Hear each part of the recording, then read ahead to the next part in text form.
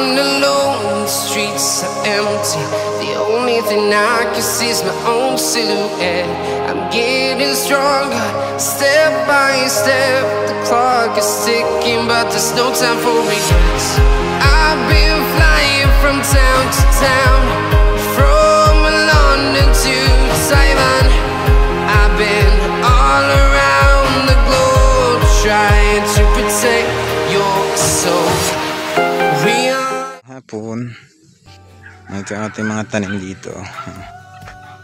Okra. Pakita ko sa inyo yung ating mga atsal na bell pepper. So yan, ating mga bell pepper. Kinalat-kalat natin dito, iba yan, mabuhay na ito. Bell pepper po yan. Dito, tapos dito may mga tanim tayo dito, sitaw. Ayan, si Gingging ang tamanim niya, no? Nalala niyo, pag dito si Gingging, yun yung tinatanim niya. Ito, tanim natin bell pepper. Kaso umabot dito po yung baha kagabi, isang gabi umabot dito. Tapos kumpan, sitaw. Grabe guys, ang dito, lakas ng ulan dito ng isang gabi. So malakas yung ulan. Mabuti yan. Ito pa yung ating mga okra dito sa Luyot. So, hindi kilala sa Luyot. Ito yung kamuti na ginugulay, yung pinangkong, no? Nagugulay naman lahat ng kamuti, pero yan yung talagang ang trabaho ay gulayin lang ang dahon. So ito yung gamasan, nalinisan to, na sa pabay salita sa inyo, guna, nalinisan yan. Tataniman natin ng gulay, no? Yung ating gulayan nun, naalala ninyo, naghakot tayo ng mga pampagapangan ng mga sitaw. So binaha din ito mga idol, kita nyo na, binaha yan. Laki din yung tubig dito. Dito mga idol. Ito yung ating mga pinalagyan ng kawayan. Nagtumbahan na lang dahil minsan malakas ang hangin, mabigat na yung mga sitaw. Yan po yung mga may ikli na sitaw. Yan, taman lang sa ganito, kaya ganito lang kalaki siya, parang balatong, parang munggus, ano. Hanggang dito, ito yung mga karaan na sitaw na tanim natin. Yung karaan mga guys, yung una. Yung mga naunang tanim natin, ngayon matanda na, hindi na namamatay. So ito yung ating nilagyan ng pagapangan. So siguro grabing lago guys, grabing lago niya. Ang problema dito ang daming bunga, tapos ang bunga niya ganito lang kalaki. Ganyan lang kalaki ang bunga niyan. So yan ay buto ang kinukuha, hindi po siya ginugulay na putol-putulin, hinihimay, binubuka to. Ganito, bubukahin yan dahil po ang kuwan yan ay matigas. Pero kung gugulayin mo siya, gusto mo siyang gulayin, ganito palang kalaki, kukunin na.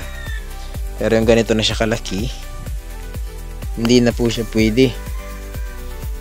Hindi siya pwedeng gulayin. Kailangan siya, pag ginulay niyo mo, o pag ginulay nyo, babaakin niya dyan. Lawak, no? Laki, dami pong So mga isang araw siguro, kukunin ulit to, paharbisin na ulit para himay-himayin. Beans lang po siya. Yun yung beans ang kinukuha. Diba? Ito pa, ang dami nito guys. Ang dami niyan. Lahat po yan nagbunga na. Hanggang dito. May mga nalipasan ng pag-harvest na nakaraan. Pero mas maganda pa yan. Mas maganda yung nalipasan na kasi mas malalaki na yung hinarbis. Dito nagtanim sila ng kalibre, pero taka ako magtanim sa kanya ng kalibre, living na living, yung sobrang tinabunan. Ang pagtanim kasi sa amin ng kalibre, mababaw ra, para pag lumaman, hindi masyadong mahirap pagbunot. Dito tanim si Edison. Si Edison tanim ni Edison yan. Kaya tinabunan naman niya lahat. So paglaki niyan, matigas bunutin dahil malalim. Ito, may bato dito, baka dito may gold. May gold dito guys. Hindi, joke lang yun guys. Yan yung ating bitawan dito, mga idol. Ayan, bahay ni Ate Nini. Yan, binaha na naman. Binaha ng nakaraan po yan, mga idol. Hanggang tuhod no isang gabi. No? So, kaya gustong gusto ko silang makunan. Magawan ng katre. So hindi ko magawan dahil wala pa akong budget at saka pambili ng pako, no. Kailangan din natin ng kahoy kasi pag gumawa tayo ng katre. Ito yung ating saging na tanim. Yan, ay puso na.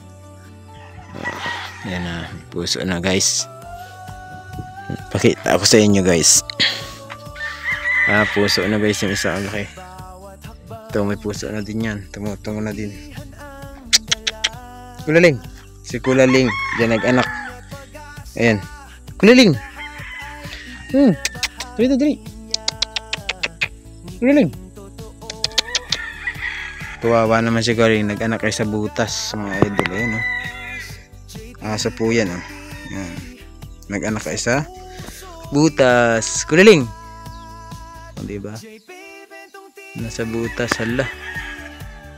Diyan siya nag-anak. Parito, dali. Kulaling. Parito, dali. Parito.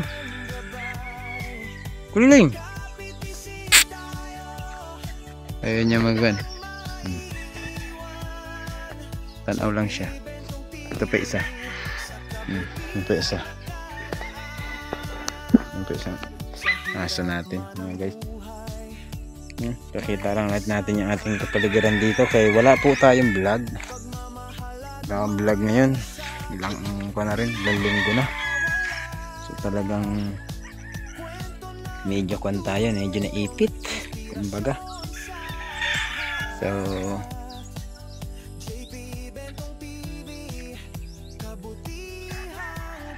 yan, nilinisan to. Ako anong plano itanim dito ni Butiti ulit. Yung mga plano sa Butiting itanim dito kaya pinalinisan na tayo. Ang nag-alinis nito si Tatay Luloy. Dito lang si Tatay Luloy kasi sa bahay dito sa buntag walang init. Dito siya sa garden.